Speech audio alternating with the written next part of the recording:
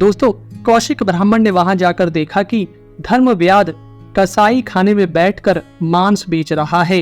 ब्राह्मण एकांत में जाकर बैठ गया।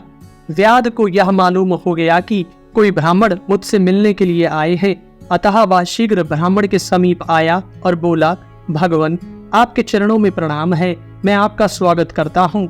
मैं ही वह व्याध हूँ जिसे ढूंढते हुए आपने यहाँ तक आने का कष्ट किया है।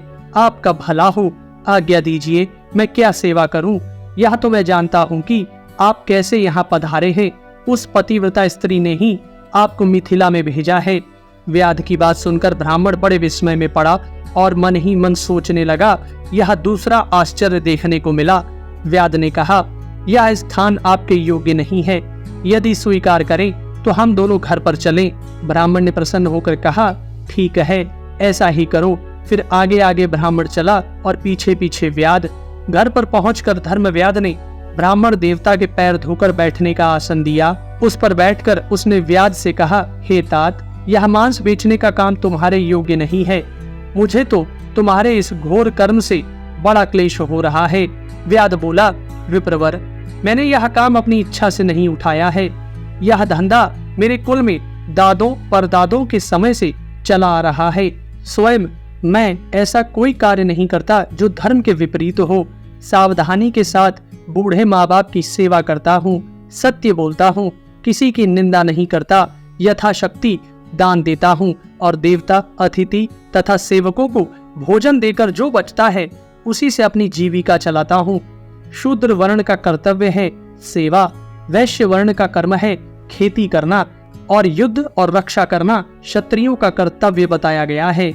ब्रह्मचर्य का पालन, तपस्या, वेदाध्ययन तथा सत्य भाषण ये ब्राह्मण के सदा ही पालन करने योग्य धर्म है।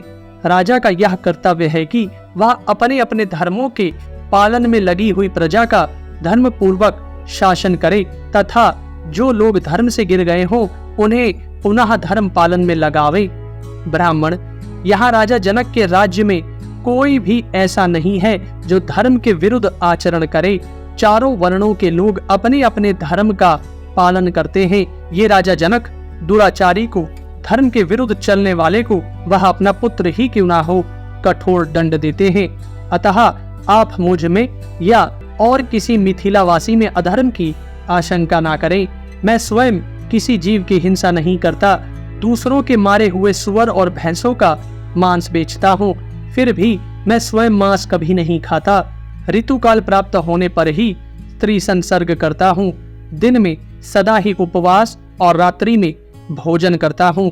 कुछ लोग मेरी प्रशंसा करते हैं और कुछ लोग निंदा, परंतु मैं उन सब को सद्व्यवहार से प्रसन्न रखता हूँ। द्वंद्वों को सहन करना, धर्म में दृढ़ रहना, सब प्राणियों का योग्यता के अनुसार सम्मान करना, ये मानवोचित गुण मनुष्य में त्याग के बिना नहीं आते। व्यर्थ का विवाद छोड़कर बिना कहे दूसरों का भला करना चाहिए। किसी कामना से, क्रोध से या द्वेषवश धर्म का त्याग नहीं करना चाहिए। प्रिय वस्तु की प्राप्ति होने पर हर्ष से फूल ना उठे। अपने मन के विपरीत कोई बात हो जाए तो दुख ना माने। आर्थिक संकट आ पड़ने पर घबराए नहीं और किसी भी अवस्था में अपना धर्म ना छोड़े। यदि एक बार भूल से धर्म के विपरीत कोई काम हो जाए तो पुनः दोबारा वह काम ना करे। जो विचार करने पर अपने और दूसरों के लिए कल्याणकारी प्रतीत हो उसी काम में अपने को लगाना चाहिए। बुराई करवाने वाले के प्रति बदले में भी बुराई ना करे। अपनी साधुता कभी ना छोड़े। जो दूसरों की बुराई करना चाहता है वह पापी अपने आप नष्ट हो जाता है। जो पवित्र भाव से रहने वाले धर्मात्मा पुरुषों के कर्म को अधर्म बताकर उनकी हंसी उड़ाते हैं वे श्रद्धाहीन मनुष्य नाश को प्राप्त होते हैं।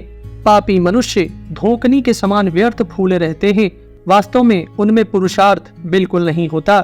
जो मनुष्य पाप कर्म बन जाने पर सच्चे हृदय से पश्चाताप करता है वह उस पाप से छूट जाता है तथा फिर ऐसा कर्म कभी नहीं करूंगा ऐसा दृढ़ संकल्प कर लेने पर वह भविष्य में होने वाले दूसरे पाप से भी बच जाता है।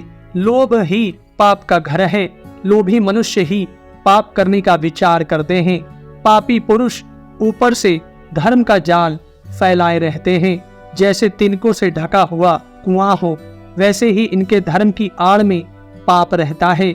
इनमें इंद्रिय संयम, बाहरी पवित्रता और धर्म संबंधी बातचीत ये सब तो होते हैं, किंतु धर्मात्मा पुरुषों का सा शिष्टाचार नहीं होता।